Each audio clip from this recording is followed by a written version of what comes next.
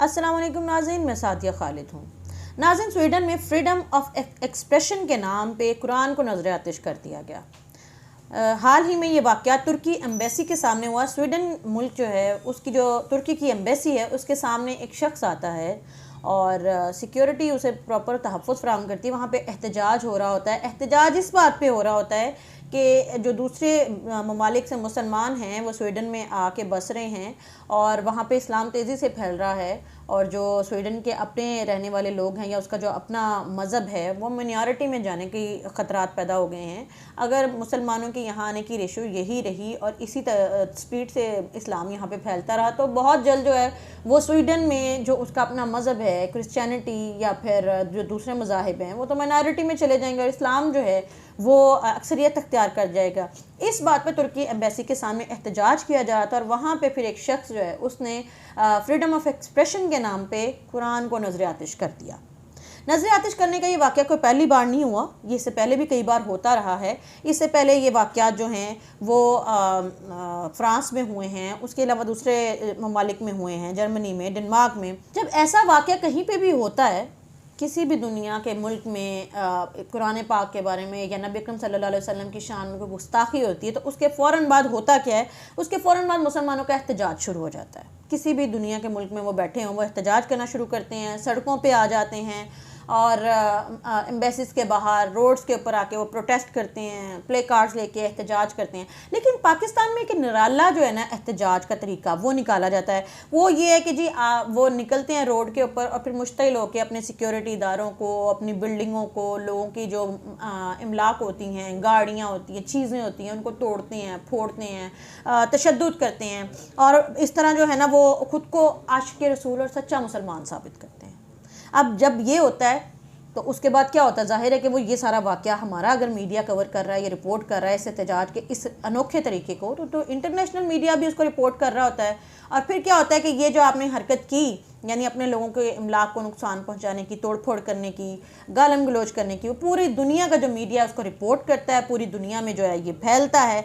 और फिर क्या होता है कि दुनिया हम पे हंसती है कि ये क्या कौम है, क्या पागल लोग हैं, क्या सेंसलेस लोग हैं। और फिर उसके बाद क्या होता है, कुछ दिन यही हालात चलते हैं, इसी तरह हम लोग चीखते हैं, चिल्लाते हैं, कुछ दिन बाद हम ठंडे होकर बैठ जाते हैं और अगले आने वाले किसी ऐसे ही वाक़े का इंतज़ार करते हैं कि जब वो होगा फिर हम सेम यही प्रैक्टिस जो है वो करेंगे। दूसरी दुनिया के जो मुसलमान हैं बाहर ममालिक में या दूसरे मुसलमान ममालिक में, वो लोग दूसरे तरीके से प्रोटेस्ट करेंगे, हम अपने निराले तरीके से प्रोटेस्ट करेंगे। हम इस इंतज़ार में बैठ जाते हैं और फिर नए आने वाले वाक़े तक हम बिल्कुल भूल जाते हैं कि ऐसा कभी कोई वाक़या हुआ भी था। अब होता क्या है, ये जो हमारे यहाँ निराला एहतजाज होता है हमें तो इसका कोई इतना ख़ास ना फ़ायदा ना नुकसान, क्योंकि हम लोग हमेशा से ही ना किसी फ़ायदे में रहे ना नुकसान में रहे, हम तो वैसे ही सेंसलेस कौम है। असल में इसका खमियाजा भुगतना पड़ता है उन लोगों को जो कि दूसरे ममालिक में रहते हैं। दूसरे ममालिक में रहने वाले जो पाकिस्तानी हैं उनको इसका सही से भुगतान भुगतना पड़ता है। तुर्की का ये जो एहतजाज हुआ, अब उसमें जो तुर्की ने एक प्रॉपर जो तरीक़ाकार होता है, सफारती तरीक़ाकार, उन्होंने एम्बेसी के बाहर खड़े होकर एहतजाज किया। जहाँ जहाँ एम्बेसीज़ थी स्वीडन की वहाँ पे एहतजाज किया, दूसरे मुसलमान ने किया और फिर स्वीडन ने इस चीज़ को रजिस्टर किया। जब इंटरनेशनल मीडिया ने इसको रिपोर्ट किया कि ये वाक़या इतना बड़ा हुआ है और सब लोग यूनाइटेड हो गए हैं, और फिर तो स्वीडन ने इस बात पर माफ़ी मांग ली। पर जो एहतजाजन जो तुर्की का दौरा था, तुर्की के जो सदर तैयब एर्दोगान हैं उनका दौरा था स्वीडन का, उन्होंने उसको एहतजाजन मनसूख कर दिया कि हम आपके मुल्क में ये दौरा नहीं करेंगे क्योंकि ये बहुत बड़ी हरकत की गई है। तुर्की के लोगों ने एक बाकायदा सिफारती तरीका इख्तियार किया है, स्वीडन पे दबाव डाला है और फिर माफ़ी मांगी है स्वीडन ने। माफ़ी मांगते हुए स्वीडिश हुकूमत ने कहा है कि हम माफ़ी मांगते हैं क्योंकि हमें अंदाज़ा नहीं था कि ये इतना बड़ा वाक़या है। जब एक इतनी बड़ी हुकूमत और इतनी बड़ी रियासत को नहीं पता कि ये जज्बात जो हैं इससे मुसलमानों के उनको ठेस पहुंचेगी, जब उनके नबी सल्लल्लाहु अलैहि वसल्लम की शान में गुस्ताखी की जाएगी या उनकी इल्हामी किताब कुरान पाक के बारे में इस तरह की हरकत की जाएंगी, तो मुसलमान किस हद तक हर्ट होंगे।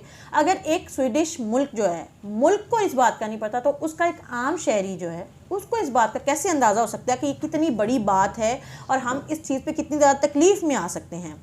एक ऐसा शख्स जिसे ये नहीं पता कि इससे हम तकलीफ़ में आएंगे, उसे इस्लाम की अहमियत का अंदाज़ा नहीं है, कुरान की अहमियत का अंदाज़ा नहीं है, नबी अकरम सल्लल्लाहु अलैहि वसल्लम की अहमियत का अंदाज़ा नहीं है, वो इस्लाम से कतई तौर पे लाइल में है। तो फिर ऐसी क्या वजह है कि ऐसा एक शख्स, उसको इस्लाम से इतनी शदीद नफ़रत हो गई है और इस हद तक हो गई है कि उसने ये हरकत कर डाली है कि उनकी इल्हामी किताब को जब वो जला डाला है? तो जवाब उसका ये है कि वेस्टर्न मीडिया, जो वेस्टर्न मीडिया है, उसने इस्लाम और मुसलमान के ख़िलाफ़ बाकायदा एक मुहिम शुरू कर रखी है। और ये आज से नहीं है, ये अब तो दहाइयाँ हो गई हैं कि ये बाकायदा मुहिम चल रही है और सबको इस बात का अंदाज़ा है, हमें भी पता है, हम मुसलमानों को भी इस बारे में पता है। हमें करना ये चाहिए था कि हम इस्लामोफोबिया पे बात करते, हम इसके लिए कोई लाए अमल अख्तियार करते कि बाहर की दुनिया को, वेस्टर्न ममालिक को अंदाज़ा होता है कि ये कितना सख्त अमल है और इससे हम लोगों के जज्बात कितने शदीद हर्ट होते हैं, हम कितने तकलीफ़ में आते हैं। सिर्फ 70-75 सालों में वाहिद इमरान खान साहब की गवर्नमेंट आई थी जिन्होंने इंटरनेशनल लेवल पे यूएन असेंबली में खड़े होकर इस्लामोफोबिया के ऊपर बात की। तैयब एर्दोगान जो तुर्की के सदर हैं, उनके बाद दूसरे इस्लामी लीडर इमरान खान साहब है जिन्होंने इस बारे में बात की कि जी इस्लामोफोबिया जो है ये एग्जिस्ट करता है, आप लोग इस्लाम को गलत प्रोजेक्ट करते हैं, इस्लाम वो नहीं है जो आपका वेस्टर्न मीडिया दिखाता है, और आप लोग ये जो हरकतें करते हैं, कभी खाके बना देते हैं, कभी हमारी कुरान यानी इल्हामी किताब को जला देते हैं, तो इससे हम मुसलमान कितनी शदीद तकलीफ में आते हैं, हमें तकलीफ होती है। तो इस्लामोफोबिया के ऊपर सिर्फ 70-75 साल में हमारे एक लीडर ने इस बारे में बात की है। दुनिया को कंट्रोल करने वाली सीक्रेट सोसाइटीज जो हैं वो इस्लाम के खिलाफ सरगर्म अमल हैं। वो चाहती हैं कि इस्लाम का कला कमा हो जाए, इस्लाम का एक बैड इंप्रेशन दुनिया के सामने जाए, इस्लाम को वो टेररिस्ट साबित करना चाहती हैं, वो ये साबित करना चाहती हैं कि इससे ज़्यादा जो है ना वो कंजस्ट माइंडेड और लिमिटेड सा दीन कोई नहीं है, ताकि लोग जो हैं वो इससे मुतनफ़र हो जाएं और इसकी तरफ आना ही छोड़ दें, इस पर रिसर्च करना ही छोड़ दें, क्योंकि वो खौफज़दा हैं कि पूरी दुनिया में सबसे बड़ा इस वक्त जो मज़हब है वो क्रिश्चियनिटी है। उसके बाद दूसरा बड़ा मज़हब जो है वो इस्लाम है, और इस्लाम इतनी तेज़ी से वेस्ट में फैल रहा है, इतनी तेज़ी से वेस्ट में फैल रहा है कि अब तहकीक ये कहती है कि बहुत जल्द ये भी पॉसिबल है कि इस्लाम जो है वो दुनिया का सबसे बड़ा मज़हब बन जाए और क्रिश्चियनिटी दूसरा बड़ा मज़हब बन जाए। यानी इतनी शदीद तेज़ी से ये फैल रहा है। इसी बात से जो इस्लाम के ख़िलाफ़ सीक्रेट सोसाइटीज़ बनी हुई हैं वो इसी बात से खौफज़दा हैं, क्योंकि वो इस्लाम को ख़त्म करना चाहती हैं और इस्लाम इतनी तेज़ी से फैल रहा है और ये उनके मफादात के अगेंस्ट है, वो बिल्कुल ये नहीं चाहती हैं।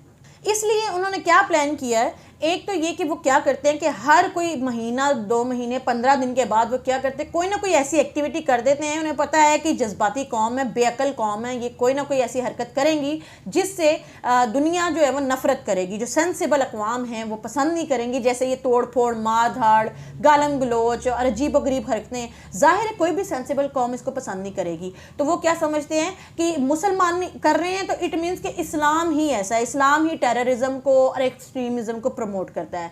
फिर उसके बाद उन्होंने क्या किया कि हमारे ख़ानदानी निज़ाम, जो हमारा फैमिली सिस्टम था ना, उनकी रूट, ये हमारी जड़ थी, ये हमारी मजबूती की बुनियाद थी पाकिस्तान की। तो इसको उन्होंने कहा कि इसको तबाह करो, ना इनका फैमिली सिस्टम होगा, ना ही एक दूसरे को सपोर्ट करेंगे, ना ही जो वो मजबूती है वो कायम रहेगी। और सब लोग जब उनको अपनी अपनी पड़ जाएगी तो फिर जाहिर है फिर कौन मज़हब के बारे में सोचेगा। और आप देख रहे हैं कि वही हो रहा है आजकल।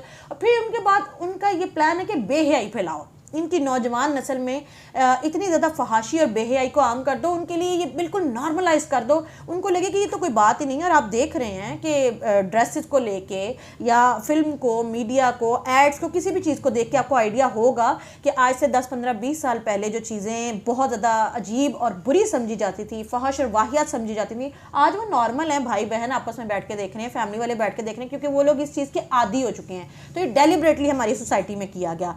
और फिर एक और चीज़ कि इस्लाम का दहशतगर्दी वाला चेहरा दिखाओ। वो हर वक्त जहाँ पे कहीं भी दुनिया में कुछ बुरा हो, वो कहते हैं कि इस्लाम जो है वो कर रहा है। रिसेंटली वो जो मिशन मजनू इंडिया की एक फ़िल्म आई है, उसमें भी आप देख लें, इंडिया की जो फिल्म आती है उसमें वो क्या करते हैं कि टोपी पहनाते हैं, सुरमा लगाते हैं, जनाब जनाब करके बात करते हैं, और ऐसे लगता है कि मुसलमान सिर्फ यही कर रहे हैं क्योंकि वो डेलिबरेटली चाहते हैं कि इस्लाम का दहशतगर्दी वाला चेहरा जो है वही सिर्फ दुनिया को नज़र आए, अच्छाई इस्लाम की नज़र ही ना आए, ताकि लोग इस्लाम की तरफ अट्रैक्ट ना हो और इस्लाम फैले ही ना। हाल ही में फीफा का जो वर्ल्ड कप कतर में हुआ, कतर ने उसको एक मीडियम के तौर पे, एक प्लेटफॉर्म के तौर पे बहुत पॉजिटिवली यूज़ किया, और उसने कहा कि जी जो हमारी बेसिक रूट्स हैं इस्लाम की, वो हम लोग सिर्फ एक वर्ल्ड कप के लिए इजाज़त नहीं दे सकते। तो यहाँ पे जो हम जिन्स परस्ती है हम इसको अलाउ नहीं करेंगे, हम फहश लिबास अलाउ नहीं करेंगे, हम शराब अलाउ नहीं करेंगे, जना अलाउ नहीं करेंगे, और इस तरह की जितनी चीज़ें जो इस्लाम में प्रोहिबिटेड है, हमारे लॉ के अकॉर्डिंग जो है वो उनको मना किया गया है, तो हम उसकी सिर्फ फीफा वर्ल्ड कप के लिए इजाज़त नहीं दे सकते। तो आपको जितने दिन के लिए वर्ल्ड कप चल रहा है इससे पाबंदी जो है वो करनी होगी, आपको इनसे मना होना होगा। अब ये एक पॉजिटिव चीज़ थी किसी के ऊपर कोई वो ज़बरदस्ती गोली की बंदूक पे उन्होंने नहीं कहा, उन्होंने सिर्फ एक चीज़, एक रिक्वेस्ट की और लोगों ने माना भी। लेकिन वेस्टर्न मीडिया ने इसको इस तरह प्रोजेक्ट किया कि ये तो तंग नज़र कौम है, देखा इस्लाम होता ही तंग नज़र है, क्यों? क्योंकि ये किसी को आज़ादी नहीं देता, ये लोगों को उनकी मर्ज़ी से जीने नहीं देता, अगर कोई अपनी हम जिन्स परस्ती करना चाहता है तो इस्लाम उससे मना करता है, अगर कोई अपनी लाइफ में नशा करना चाहता है इस्लाम उससे मना। यानी इस्लाम को इतना नेगेटिव पोर्ट्रे किया। पूरे ड्यूरिंग फीफा वर्ल्ड कप उन लोगों ने इस्लाम के खिलाफ प्रॉपर प्रोपेगेंडा जारी रखा और एक भी चीज़ उन्होंने पॉजिटिव नहीं बताई कतर के बारे में। हालांकि कतर ने इतना अच्छा एक प्लान किया था जिसकी वजह से बहुत से लोग इस्लाम से रोशनास हुए, उन्होंने उसको रीड किया, स्टडी किया और बहुत से लोग दायरा इस्लाम में भी अल्हम्दुलिल्लाह जो है वो दाखिल हुए। अब हर तरीके से मुसलमानों को बैकवर्ड साबित करने की कोशिश की जाती है। अब सोचने की बात यह है कि दुनिया में बहुत सारी इल्हामी किताबें हैं, बहुत सारे मज़ाहिब हैं, जैसे क्रिश्चियनिटी की इल्हामी किताब जो बाइबल है, तौरात है, ज़बूर है। कभी किसी मजहबी किताब को नहीं जलाया गया। इस तरह प्रोटेस्ट होता है, कभी किसी किताब को नहीं जलाया गया। आखिर हर बार ऐसा ही क्यों होता है कि नबी अकरम सल्लल्लाहु अलैहि वसल्लम के खाके ही क्यों बनाए जाते हैं और कुरान पाक ही को क्यों जलाया जाता है? यानी इस्लाम से रेलिवेंट जितनी चीज़ें हैं उन्हीं को क्यों टारगेट किया जाता है? तो सिंपल सा इसका जवाब यह है कि जिस फल पे दरख्त होता है पत्थर हमेशा उसको लगते हैं। तो उनको नज़र आता है, जो सीक्रेट सोसाइटीज़ हैं, जो अगेंस्ट इस्लाम जितनी भी कम्युनिटीज़ बनी हुई हैं, उनको नज़र आता है कि इस्लाम में वो पावर है, इस्लाम चूँकि दीन फितरत और दीन हक है तो लोग उसको एक्सेप्ट कर लेंगे, इसीलिए वो उससे खौफज़दा हैं और उन्हें पता है, इसीलिए वो उसके खिलाफ पहले ही प्री प्लान करके ये सारी चीज़ें कर रहे होते हैं और उसको टारगेट करते हैं ताकि इसका नेगेटिव जो रवैया है वो लोगों के सामने हम वो लेके आएँ। अब हम लोगों ने क्या करना है, हमने किस तरह जाके इसके खिलाफ जो है वो कैंपेन करनी है? हमने इस्लामोफोबिक लोगों को बताना है कि जी इस्लाम तो बड़ा पॉजिटिव है। हम तो खुद फ़िक़्हा वारियत का शिकार हैं, फ़लाँ सुन्नी है, फ़लाँ शिया है, फ़लाँ वहाबी है, फ़लाँ देवबंदी है, फ़लाँ ये है, फ़लाँ वो। हम आपस में लड़ लड़ के मर रहे हैं। हमें आज तक यही नहीं पता कि सही वाला इस्लाम कौन सा है। हमें आज तक यही नहीं पता कि सही वाली किताब किसकी है। हमें आज तक यही नहीं पता कि सही नमाज और रोज़ा किसका है। जब हमें खुद नहीं पता, हमने किसी को जाके क्या बताना है? जब हम किसी को बताएंगे नहीं, इस्लाम का सही चेहरा रोशनासी नहीं कराएंगे, तो जाहिर है फिर जो आपके खिलाफ बैठी हुई कुव्वतें हैं उन्होंने तो अपना काम करके दिखाना है। सवाल ये है कि जो काफिर कुरान को मानते ही नहीं है, हम उनसे एक्सपेक्ट करते हैं कि वो इस कुरान की, इस नबी की इज़्ज़त करें। इनकी इज़्ज़त करने के बाद वो इस चीज़ को अंडरस्टैंड करें कि हमें इससे तकलीफ़ होती है। आप खुद करते हैं? बिल्कुल नहीं। आप बिल्कुल इज़्ज़त नहीं करते हैं, बल्कि आप लोग क्या करते हैं कि आप लोग हर वो काम जो आपके नबी अकरम सल्लल्लाहु अलैहि वसल्लम ने मना फरमाया, आप वो करते हैं, धड़ल्ले से करते हैं। हाजी साहब होते हुए भी आप लोग जो है अपने तोल में कमी करते हैं, करप्शन करते हैं, इसके अलावा चोरी, डाका, जना सब कुछ करते हैं। जो कुरान ने मना किया आप वो करते हैं। जब आप खुद अपनी किताब की इज़्ज़त नहीं करते, अपने नबी की इज़्ज़त नहीं करते हैं, तो फिर आप दूसरी कौमों से जो कि इनके बारे में जानती नहीं, वो कैसे एक्सपेक्ट करेंगे कि आपकी किताब और आपके नबी की वो इज़्ज़त करें? आपको खुद पहले इज़्ज़त करनी होगी, अपना कैरेक्टर ऐसा डेवलप करना होगा कि लोग आपको सुने और आपकी बात मानें। अगर आप खुद को पॉजिटिव प्रोजेक्ट नहीं कर सकते तो आप इस्लाम को फिर भूल जाएं, फिर इस्लाम के सच्चे मुसलमान होने के दावेदार ना बने, फिर लोगों से एक्सपेक्ट ना करें कि वो ये करेंगे। बरतानवी वज़ीर-ए-आज़म विलियम ग्लैडस्टोन ने कहा था कि अगर मुसलमानों को ख़त्म करना है ना तो इनसे कुरान छीन लो। और कुरान छीनने का मतलब ये था कि कुरान की जितनी तालीमात है ना वो इनसे ख़त्म कर दो। वो आपसे ख़त्म हो गई हैं। आप वेस्टर्न मीडिया या वेस्टर्न लोगों की बात करते हैं, पहले आप खुद उसके ऊपर अमल करें, उसके बाद आप ये एक्सपेक्ट करें कि आपके कुरान और आपके नबी की इज़्ज़त काफिर करेंगे या ना मानने वाले करेंगे। अगर ऐसा नहीं है तो फिर ऐसा पॉसिबल नहीं हो सकता। आप कुरान के हाफिज़ तो हैं, आमिल नहीं हैं। इस बारे में आपका क्या कहना है कमेंट बॉक्स में ज़रूर बताइएगा। चैनल को सब्सक्राइब करके घंटी के निशान को दबा दीजिएगा। साजिया खालिद को इजाज़त दीजिए। अल्लाह हाफिज़।